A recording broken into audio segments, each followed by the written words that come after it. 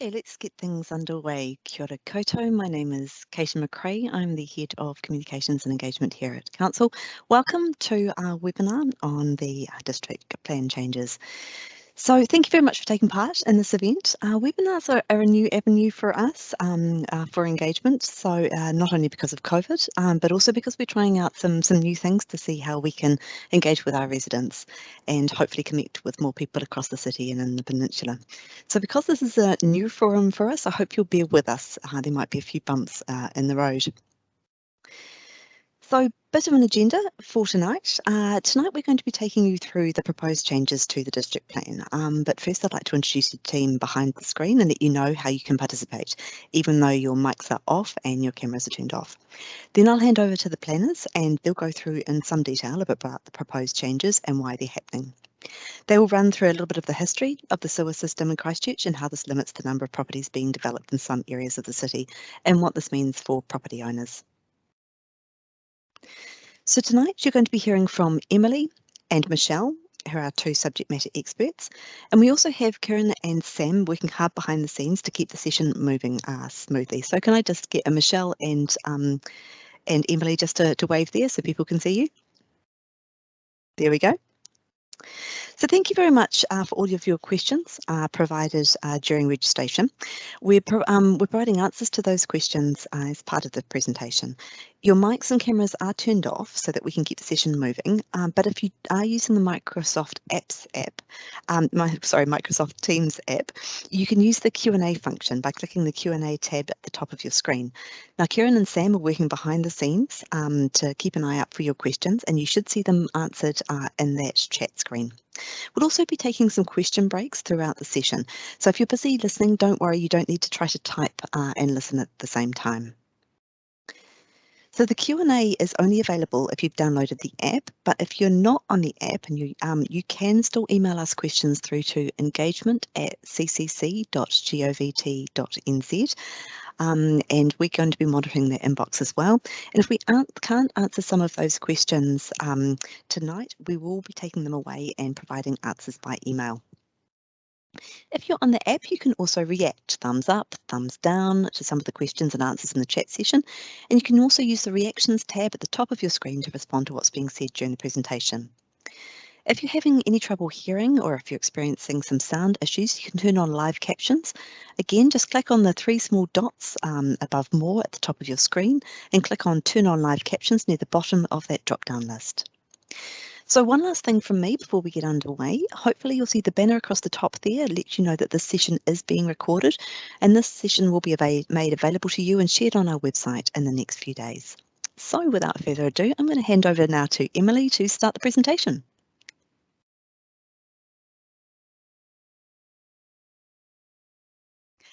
Hi, thanks, Katie. So I am Emily, and I'm in the planner in the city planning team. So we are making some changes to our district plan.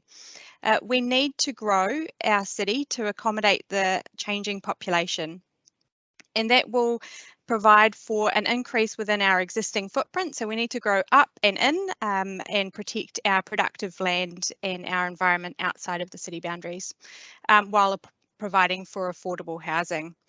So this is part of the National Policy Statement on Urban Development and the government's Resource Management Enabling Housing Supply and Other Matters Amendment Act that came into effect at the end of last year, which requires us to provide for an increased level of development within our city's footprint.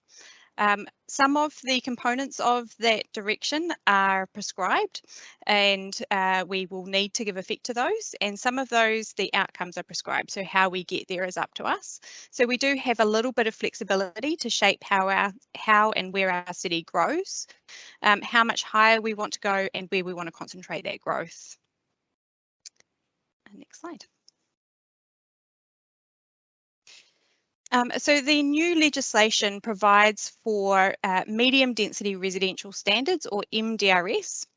These provide for up to 3 stories or 12 metres high across most of the city, up to 3 houses per section, without the need for requiring resource consent.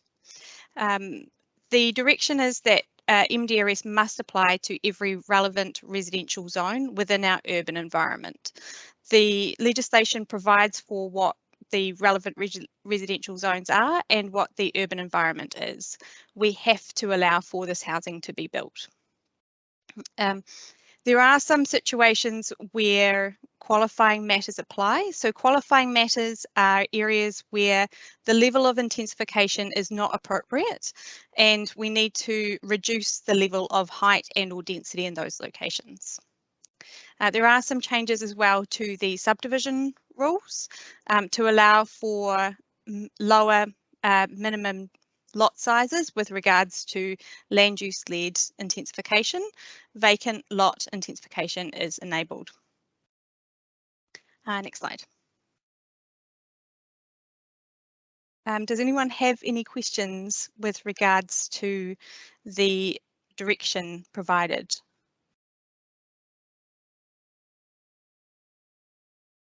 I can't see any questions at this point.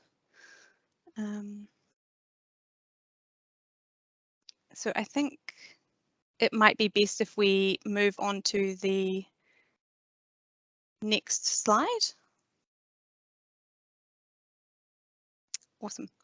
So the qualifying matters are areas where we are reducing, as I said, the height and or density beyond what the government has provided in the medium density residential standards.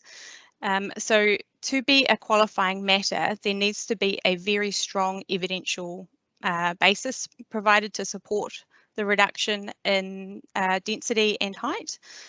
This isn't a blanket protection. So there are the level of protection that the qualifying matters provide are responding to the feature that's been trying to be protected. So it isn't a blanket protection, it is specific to the feature that the qualifying matter applies, and only to the extent needed to protect the qualifying matter. This needs to be site specific on a site by site assessment level. And there needs to be alternative levels of intensification proposed. So it's where we're reducing intensification to a particular level and anything above that level is unable to accommodate the feature that the qualifying matter is.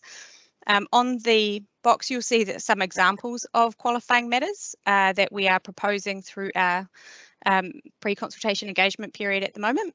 So we have our character areas which are existing within the district plan at the moment. We have our protected schedule of trees. We have residential heritage areas which are a new feature that we're looking to introduce, coastal hazard areas. And so these are examples of qualifying matters that we're looking to introduce and protect through our district plan. Next slide. So with regards to Shirley, Aranui and Preston's, what we are proposing is a reduced level of residential housing opportunity from what the medium density residential standards would provide otherwise. This will differ depending on those different areas. So it is specific to the level of height and or density that those networks can accommodate. Because as I said, we are looking to maximise our development opportunity. So we want to provide for as much development to occur as can occur within the qualifying matter that we're trying to protect. That means that for Shirley and Aranui, those systems have reached their capacity. We would be accepting like-for-like development only in those locations. With regards to the Preston's system, there is slightly more capacity within that network, and there is some growth that can be accommodated. So what we're seeking through the Preston's location is that the development aligns with the Preston Sewers Master Plan. Additionally, we are also looking to include a district-wide engineering provision. This would allow for development to occur, but would require connection upfront.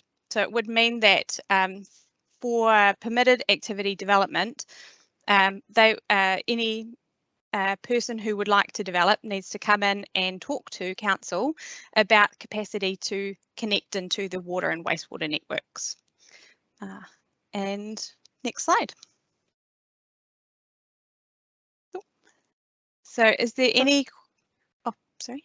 I'm so sorry, Emily, I'm just going to jump in here. Just a reminder, if you'd like to ask a question, just to do so in the Q&A box there, where you can find that along the top of your screen. We've got a couple of questions in there that have been part of the before people came along to the presentation, which we've answered in there. But if there's anything else that you'd like to add, just pop your question in there and we can answer it as we go.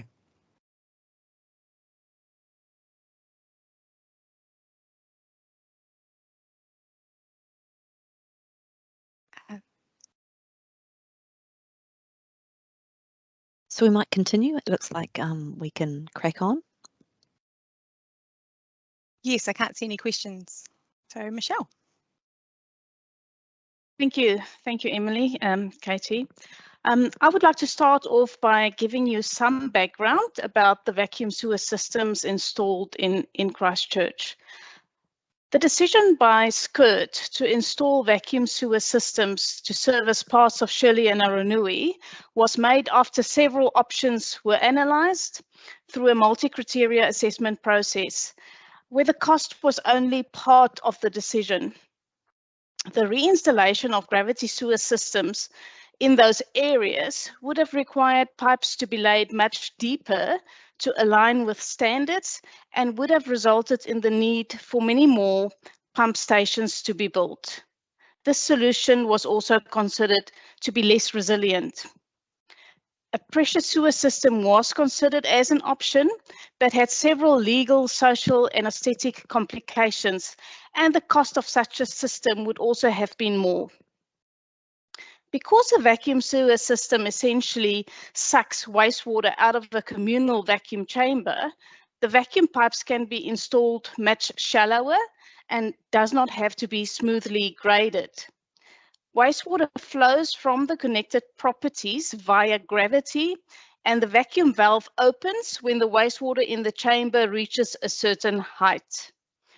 Although the vacuum pipes are sealed tight, additional wet weather flow, which we call inflow and infiltration, or in short I&I, can enter the system through damaged sewer pipes or from surface water ingress into the galley traps or directly into the vacuum chambers. Next slide, please. So SCIRT was mandated to do a like-for-like replacement only. However, the vacuum pipes in Shirley and Aranui were sized to include extra flow, where properties could be subdivided into 450 square meter lots and with enough space for an extra driveway. This means that the Aranui and Shirley vacuum systems were designed for a housing density of between 10 and 29 houses per hectare, depending on the location within the catchment. Actual development in these areas has, however, been at a much higher density and sometimes at different locations from where the provision was made. At this stage, both the Shirley and Aranui systems are operating above its current capacity, and the MDRS standards will therefore not get a wastewater connection approval. Next slide, please. The reason why we cannot give wastewater connection approvals for more development in these areas is because the vacuum systems fail to operate when the flow going into the vacuum pipes is more than the design capacity of the pipes. What happens is that the pipes get waterlogged and therefore unable to transport wastewater via suction anymore. In order to allow additional development into these systems, one would have to increase the size of the vacuum pipes or introduce several satellite pump stations to draw off the extra flow in order to maintain the suction in the system. Depending on which route is followed, one would also have to upgrade the vacuum pumps, the wastewater collection tank at the pump station, as well as the wastewater pump and the pressure pipe that transports the wastewater downstream. Additional houses will also require the introduction of more vacuum chambers. The preference is that no more than 4 houses should be connected to a vacuum chamber. More valve chambers will likely also require a redesign or a defragmentation of the system, as more valves will introduce more air into the pipes, and that could also negatively impact the vacuum capacity of these systems. Next slide, please. So to conclude this section, what we are saying is, as Emily has already alerted to, is that for Shirley and Aranui, we can give wastewater connection approvals for like replacement only. This will be the case until a sufficient reduction in wet weather flow has been achieved, or until the systems are prioritized for upgrade in future. I would, however, want to highlight that even if substantial I&I reduction is achieved equally throughout the system, that there will still be an upper limit to the development that can be accommodated in these catchments. For Preston's, wastewater connection approvals will be given for building consents that aligns with the vacuum sewer master plan for the area. We will also in due course expect property owners in Shirley and Aranui to inspect their sewer pipes to confirm that there is no inflow and infiltration coming into the system. We may also have to do this in some areas in Preston's where we are seeing high wet weather flows. Thank you. Do we have any? I've you, just Katie. been alerted to the fact that we might be having a problem with our Q&A. So we're just going to put it so that we'll unmute you. And if you wouldn't mind raising your hand if you've got a question, and we'll do it that way, just to make sure that if you do have a question that we're able to answer it in the session.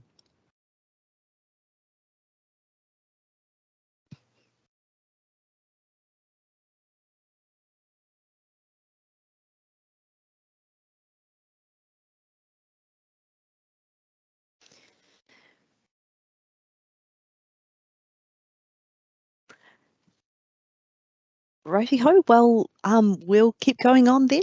So thanks very much, Emily and Michelle, for the presentation, and to hopefully that's provided you with some good information for you to be able to provide feedback. And remember that opportunity to provide feedback is open until the 13th of May. There are 4 changes that you can provide your feedback on. Vacuum sewers relates to the draft housing and business choice plan change, but we invite everyone to share their thoughts on all of the qualifying matters and their associated draft plan changes. And so you can see them up there. We have draft coastal hazards, we've got heritage and the radio communication pathway.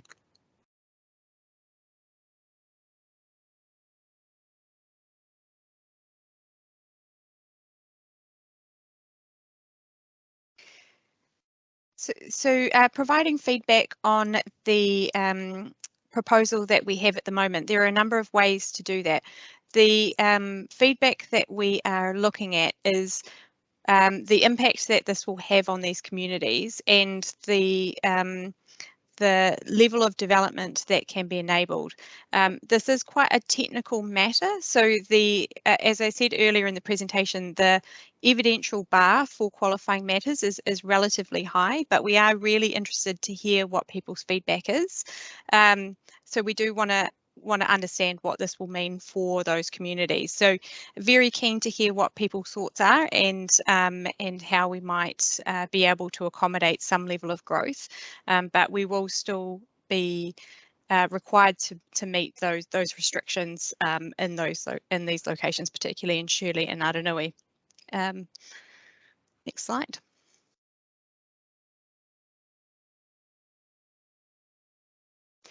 So the process that we're moving through from here, so we have the pre-consultation engagement phase, which we're in at the moment. So this will run from the 11th of April to the 13th of May. The next steps, we will take that feedback that we receive and finalise our proposal for notification. So we are seeking to do that notification prior to the 20th of August 2022. This is the deadline that central government have set for us, so we're unable to alter that deadline. The next phase from there will be a formal submission period. And there will be a further submission period after that, which is to provide comments on the submissions received. And then that will head into a independent hearings panel hearing setting with the pre-circulation of evidence prepared. And the recommendations from that hearing panel will then go to council, and council will make a decision on the feedback or the recommendation they receive from the independent hearings panel. On the matters where the council agree with the independent hearings panel, those matters will then be finished, and on the matters where there is disagreement between council and the independent hearings panel, those matters will be put forward to the Minister for the Environment to make the final decision. But that is again only on the matters that are in contention. Following that, the proposal will become operative and open for a very limited period for appeals, which are on points of law only. So there is no appeals to Environment Court from this process. It is a new process set out through the Amendment Act legislation, and so we'll be working our way through that process, and we will need to meet it by the 20th of August 2023. So that is our next steps. So this is just the start of the upcoming proposal or process. Next slide.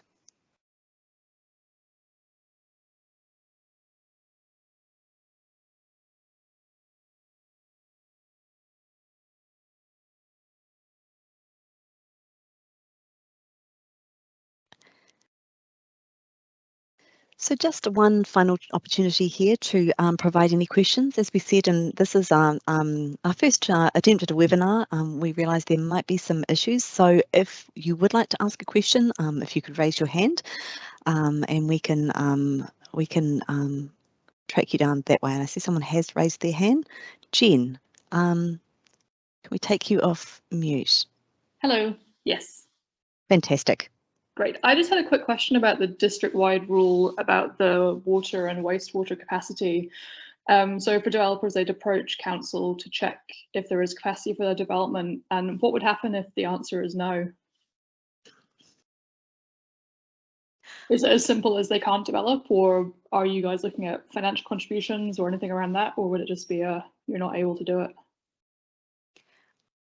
Hi Jen, thank you for your question. So the district-wide engineering provision, we currently have it already within the subdivision chapter. So what we're looking to do is move this from the subdivision chapter to a district-wide chapter. So it would apply to land use activities, recognising the permitted land use that the medium density residential standards provide for. So it's amending an existing process that within the district plan currently to recognise the changes. Likely this would result in a change to the activity status for the development, so that would move from being a permitted proposal to requiring resource consent, and they would need to come through and work with the Council Three Waters team on how to progress any resource consents in that space. I imagine it would be quite challenging, so there will be quite a high bar that they will need to meet if there was no capacity within the network. Cool, thank you. Makes sense. Is there anyone else who would like to ask any questions before we close the session?